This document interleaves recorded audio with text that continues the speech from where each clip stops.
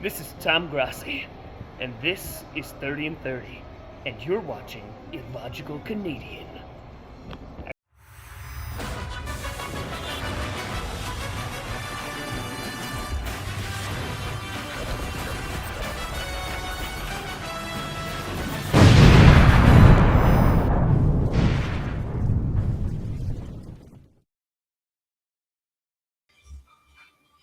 On Saturday, we looked at the East. We talked about how much of a bloodbath it really was. But I think we have to talk about the other one now. Bonjour, mes amis. Je suis Canadien illogique, and welcome to the Amateur's Guide. So, the hockey season is back. It starts tomorrow. And what better way by looking at the Western Conference now? We had the Eastern Conference shine on Saturday, and now it's time to give the West its fair opportunity to be looked at. Let's just say this conference looks a little weaker than last year, and that's not a good thing at all. But enough chit chat. We have a bunch to go over, so let's just get on with it.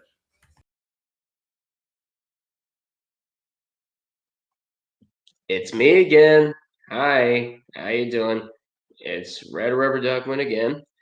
And of course I'm going to be taking over again for half of the teams in this video. So let's go over the Anaheim Ducks. The Ducks did get off to a hot start, but they would hit a slump, including Trevor Zegras struggling with injuries. Of course, Jamie Drysdale got sent over to the Flyers, and the Ducks didn't really do much in free agency. Anaheim still has a young team with Mason McTavish being the cornerstone. Zegras is going to look to bounce back while Alex Killorn rounds out the top six. On defense, Cam Fowler is a trade candidate with 2 years left on his contract. Radko Gudas just took up the captaincy, and young stars like Pavel Mintyukov and Owen Zellweger should develop nicely. In goal, Lucas Dotzel could enter the season as a starter as John Gibson recovers from surgery. In order to make it back to the playoffs, this team is going to have to compete with the big boys, and there are plenty now in the West. Let's see if you can solve this mystery and rewrite history. Calgary, I will say you do look a little better than you did last year. That's not a bad thing at all. That actually looks really good. You brought on a couple good players, and Anthony Mantha and Jake Bean. That will really help your sorry. That'll help your offensive production, and Bean will help with the defensive side of things. You bring in Jared Tenorti as well as Tyson Berry, or whatever's left of him at least, to try and get yourselves back to where you were seasons past. Now, it's a long road for Calgary, but at least you guys are getting that new arena in a few years. So, I mean, that's something. But I'm still very, very skeptical on this Calgary Flames team. I don't know exactly what else they have in store, but if they're trying to get somewhere back to kind of middle range contendership, then you're going to need to do something fast. That's all I can really tell you. It's not really fair to um, evaluate the Flames when there's not a whole lot to go off of. So, I mean, said, Calgary, I really don't know what else to tell you. Just you'll survive out there.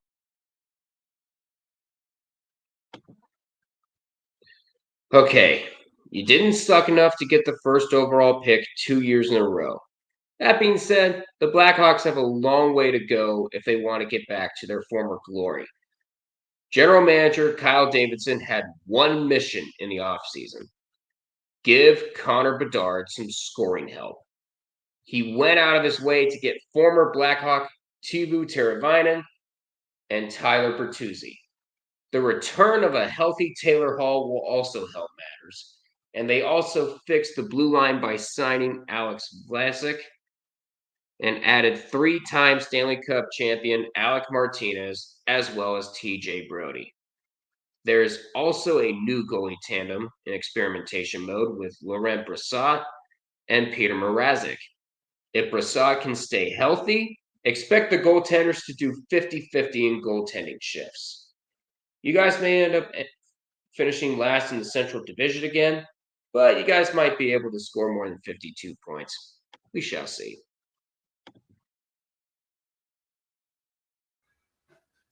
The more I look at this Avalanche team, it just seems like the more of the same old shit we get. And again, you could take that into account as a good thing or a bad thing, but it just seems like they're trying for more, but something's always just holding them back. So you bring in Jonathan Drouin, you bring in Joel Kiviranta, you bring in Brandstrom, you bring in a couple of smaller names to hopefully try to balance out what you already have. You can only do so much, so how effective this will be, we won't know until the halfway point during the season. But maybe they'll be getting some luck with injured players set to come back this season. I mean, maybe things are on the up and up for the Colorado Avalanche, and that's honestly the best thing that they can ask for. Now, it's not guaranteed that they're gonna have a good season. Nothing's ever guaranteed anymore. But I think Colorado will be in a playoff spot. Now, you'll see in the predictions where I have them, but in all, Colorado, you guys are in good shape. You didn't need to do too much, so I guess it's a positive in all this. But for God's sake, please figure out your goddamn goaltending situation. I'm sure the rest of the league would like to know. Now, Dallas has a lot of promise this season. Granted, they really didn't have to do too much. And thankfully, they didn't. Like, yes, you did lose a large part of your team last season in free agency. Hakanpa's gone. Derek Poyal's gone. Scott Wedgwood is gone. Sam Steele, Craig Smith, Matt Murray. Yeah, you guys are looking kind of depleted. And I kind of think that Dallas might be able to regenerate themselves a little bit. Granted, they're not going to be where they were, say, last season, but I think they're going to look really damn good regardless. You keep Duchesne around. You bring in Ilya Labushkin on your blue line. You keep around Neil Lundqvist. Sam Steele you bring back. Hughes you bring back. Dumba you bring in. It's not like this team can't generate anything, because they can. They damn well can. But the question now becomes, can you actually capitalize on that? Because the last few years, you haven't been able to capitalize on shit. Can you finally fucking break over that curve? Or will you just do what you always done and just fucking collapse at the very end? Close, but not close enough. That seems to be your fucking motto, Edmonton. Because you apparently stole from the Minnesota Wild. You've gotten close so many times.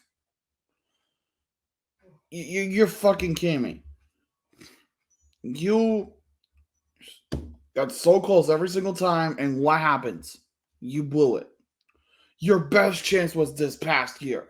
You fucking forced them to 7 games. You forced the Panthers into 7 goddamn games. And you still found a way to fuck it up. Jesus Christ. At this point, Edmonton is... McDavid and Drexler are just begging to be fucking let go because this is ridiculous. Why in the actual fuck are they still wanting to stay? They don't want to stay with this. The fuck makes you think they want to stay with this? Especially when Edmonton hasn't done jack shit this offseason other than re-sign a bunch of people. You didn't bring anybody in worth dick to fucking rejuvenate your core. You didn't. Let's be real with ourselves here. You didn't improve. In fact, all you did was just show the world that you're just trying to do something with the current core you have. Well, let me tell you something, and this can be a harsh wake-up call. Time is running the fuck out. Now, are you actually going to capitalize on that? Probably knowing you, probably fucking not, because you'll find a way to blow it up again. Good shit, Edmonton. Fucking idiots.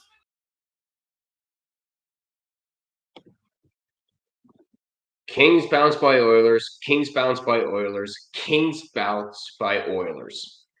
The Kings would be better off saying Beetlejuice 3 times in a row instead. Former assistant coach Jim Hiller is now in the spotlight and looks to break that first round curse. Last year, Trevor Morris scored a career high 31 goals. Adrian Kempe scored a team high 75 points, and Quentin Byfield had himself a breakout season. The Kings' defense was dealt a huge blow with Drew Doughty suffering a fractured ankle. And the battle for the top spot, along with Mikey Anderson, will involve rookie Brant Clark and Kyle Burrows. In net, they lost Cam Talbot, so they were quick to replace him with Darcy Kemper after he lost his starting job in Washington.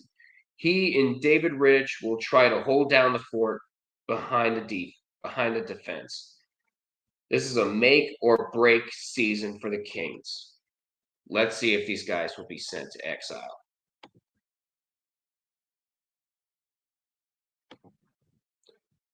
Listen up, Minnesota.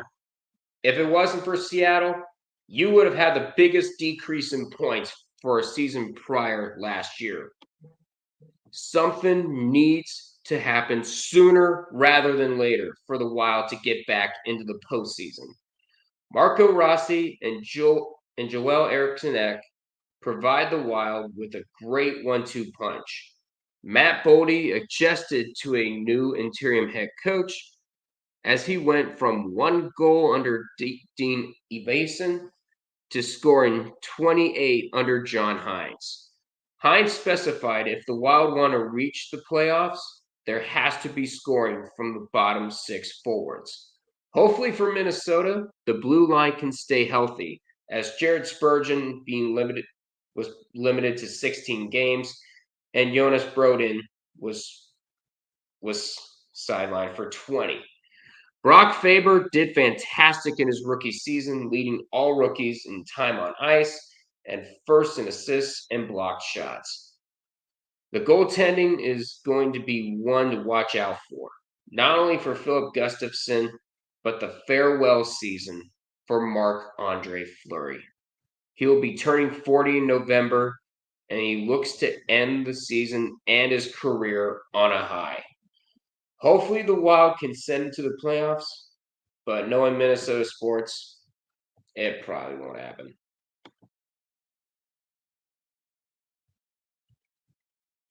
Oh, the power of canceling a night in Vegas. That's right. General Manager Barry Trotz and head coach Andrew Burnett canceled a team outing to go see U2 in Las Vegas at the Sphere. And since then, the team went on a torrid hot streak. Nashville has one of the most aggressive off seasons anyone has seen in a while. Steven Stamkos, Jonathan Marchessault, and Brady Shea were brought in, and UC Saros got a massive extension. The top line of Ryan O'Reilly, Philip Forsberg, and Gus Nyquist combined for 97 goals last season as they lead one of the highest scoring teams in the NHL. Captain Roman Josi anchors the blue line while picking up a 20-goal campaign last season.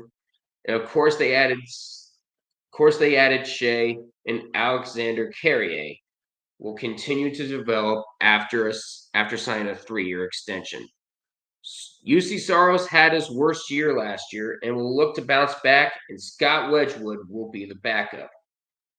This team does look like a Stanley Cup contender on paper, but let's see if the Preds can live up to the hype.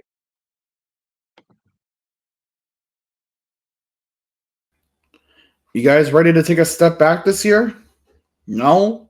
Well, too bad, because that's exactly what's happening to you, Seattle. You lost a lot of talent this year. Tatar, gone. Yamamoto, gone. Colin, gone. Krieger, your goaltender, gone. Belmar, still out there in free agency. You lost a bunch of fucking talent. Now, the question is, though, can you fucking recuperate? Let's see. You re-signed Matty Beniers to 7 years. Okay. That's actually not a bad start considering, he is most likely the best option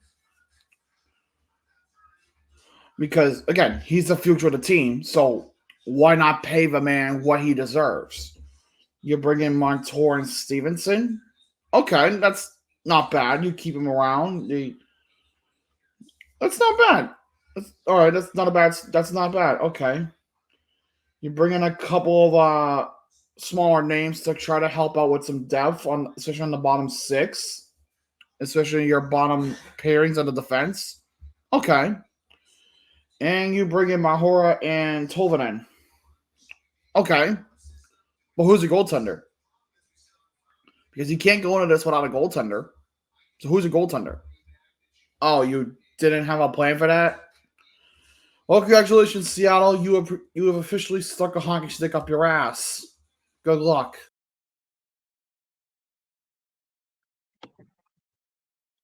What?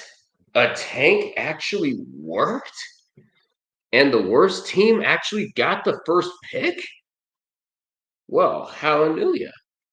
Boston College standout Macklin Celebrini is now a Shark. But he wasn't the only big thing to happen in the offseason. They added goaltender Yaroslav Askarov from Nashville, and David Quinn was shown the door and replaced with Ryan Warzowski. Celebrini will be centering Fabian Zetterlund and new free agent signing Tyler Toffoli. Alex Winberg and Barclay Goodrow made the coast-to-coast trip from New York to join the San Jose forward group. The defense gave up more shots on goal than any other team last year, so they bolstered the blue line with Jake Wallman, who played shy 20 minutes a night in Detroit. I mentioned Askarov earlier, and he will be sharing goaltending duties with Mackenzie Blackwood or Vitek Vanacek, with Blackwood having an impressive debut last year. No more tanking. The foundation's made.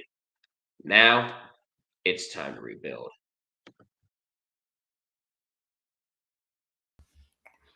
Yeah, St. Louis, you really didn't change much.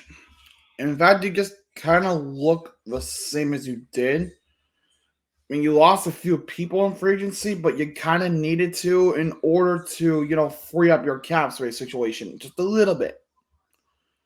Just a little bit.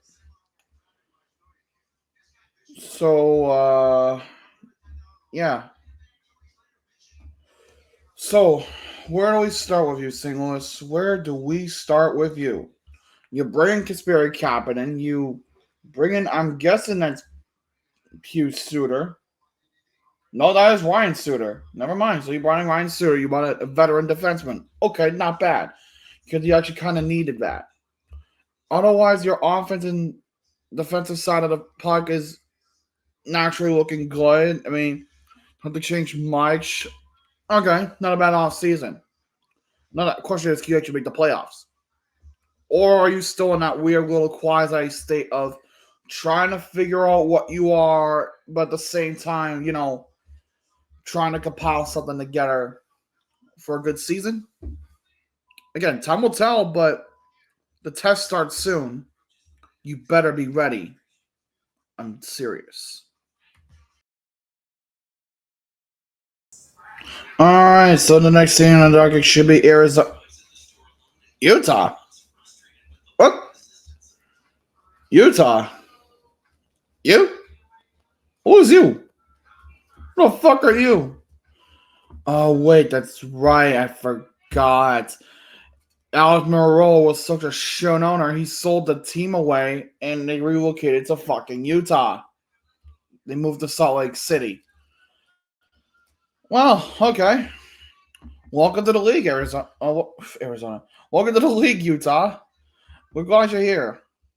So how you guys looking right now? You brought in Clayton Keller as your captain. That makes sense. That's a smart choice. He deserves it.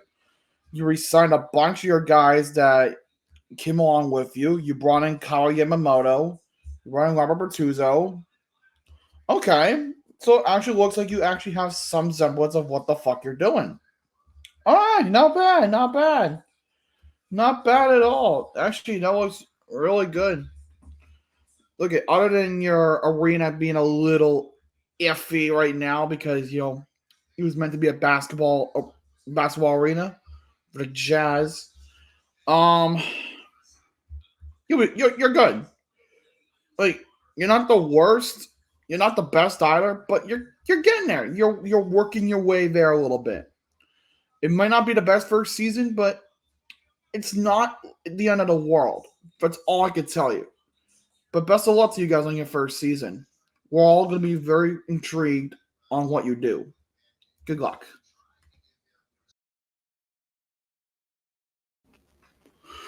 Vancouver, I see you had yourselves a little bit of a busy off season. You know what? I almost forgot. I completely forgot you signed a bunch of former Bruins to try to beat the Bruins. But the Bruins you are not because you lost to them in 2011. Get over it. You brought in Jake DeBrusk for 7 years? You'll give Jake DeBrusk that money? He wasn't even worth that money. He was worth maybe like 3 or 4 years worth of money, but 7? Oh boy, that's oh boy, that's egregiously bad. Heinen, you brought in Dan Heinen, you're on Derek Forbert to finish up the Bruins signings at least. But you brought in a couple other pieces like Kevin Lankin, Artur Shilos gets an extension, Dylan Sprong, Yuri Patera. Oh wait, now he's gone to Boston. Fucking idiots. Kill. Okay, I'm gonna ask you this very nicely, Vancouver, and I'll give a show. What do you think of it?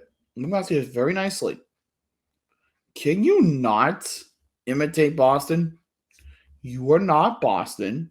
You will never be Boston. You lost to Boston 13 years ago. Get over it. Get the fuck over it. It's not gonna change. I understand it hurts you. It's not gonna change. Cut the shit. Cut the shit.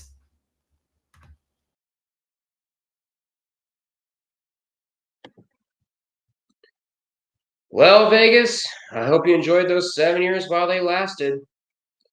Good news is, despite losing 8 players, they are still expected to make the playoffs in the top 3 in the Pacific. They lose Jonathan Marchessault, and they look to replace him with Victor Olofsson and Alexander Holtz, and trade deadline acquisition Tomas Hertl had a full summer to get healthy. While talking about being healthy, Jack Eichel and Mark Stone look to play a full season. Despite losing Alec Martinez, they still boast one of the top blue lines in the NHL with Alex Pietrangelo, Noah Hannafin, and Shea Theodore. There will be a new goalie tandem in Vegas with Logan Thompson going to Washington. They signed Ilya Samsonov, and he will share the net with Aiden Hill. Vegas still has a dangerous team that could still make noise in the regular season and maybe win at least one playoff series. Viva Las Vegas, I guess. All right, well, since I started the teams, I'll go ahead and finish. So, changes happening in Winnipeg, starting with the bench.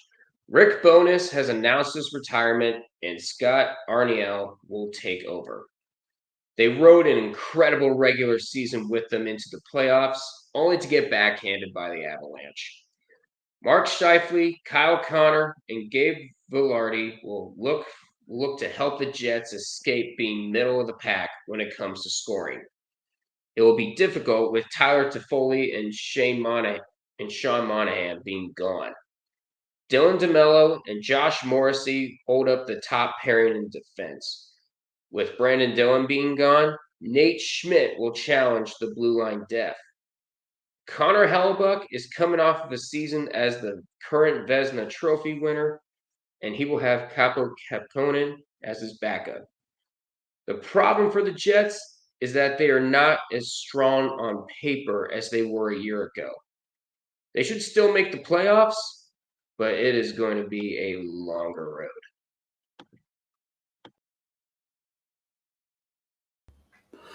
Well, first of all, I mean, there was a lot to unpack from this whole thing.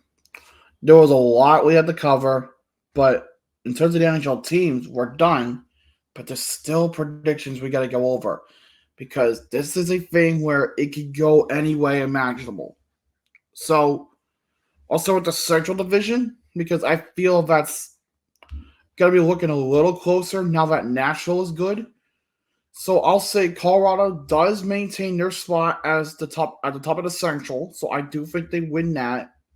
And second, I do have Dallas because again, they really didn't need to change much about the team. Plus, Jake Ottinger is still really good, so only time will tell of him. In third place, though, I have Nashville. With their career renaissance in the offseason by signing a bunch of big names is sure to help them out and get them in a damn better spot than they were last year. And in the wild card spot for the Central, I have Winnipeg because I just kind of trust Winnipeg with their whole core. So they get in time with all that. As for the Pacific, though, things are about as status quo as you can get. I'm saying the Edmonton Oilers will win the Pacific Division once again. And in second, I have Vegas, which kind of keeps that 1-2 status quo that's been going on for the past couple of years. In third place, I have the Canucks. And in the wildcard spot, interestingly enough, not the Kings, but I have the Kraken actually making a breakthrough this year. Now, how the fuck the rest of that plays out, we just have to wait and see. But I guarantee you, come the halfway part of the season, everything's going to shit. I guarantee it. And like that, we're done. I want to thank my good friend Red Rubber Duckwin for helping me in making these two videos with his contributions. I really do appreciate it. And I appreciate all of you that have tuned in to watch. Tonight we got Monday Night Football at 8 o'clock. And tomorrow night, starting at 4:15 Eastern, we'll be covering the opening day of the NHL season. So stay tuned for that. But we guys did enjoy this. If you did, you know the usual. Leave a like, comment down below, subscribe, share with your friends. Because it's important to get small creators up there. But until next time, je suis Canadien illogique. Bonne nuit, au revoir.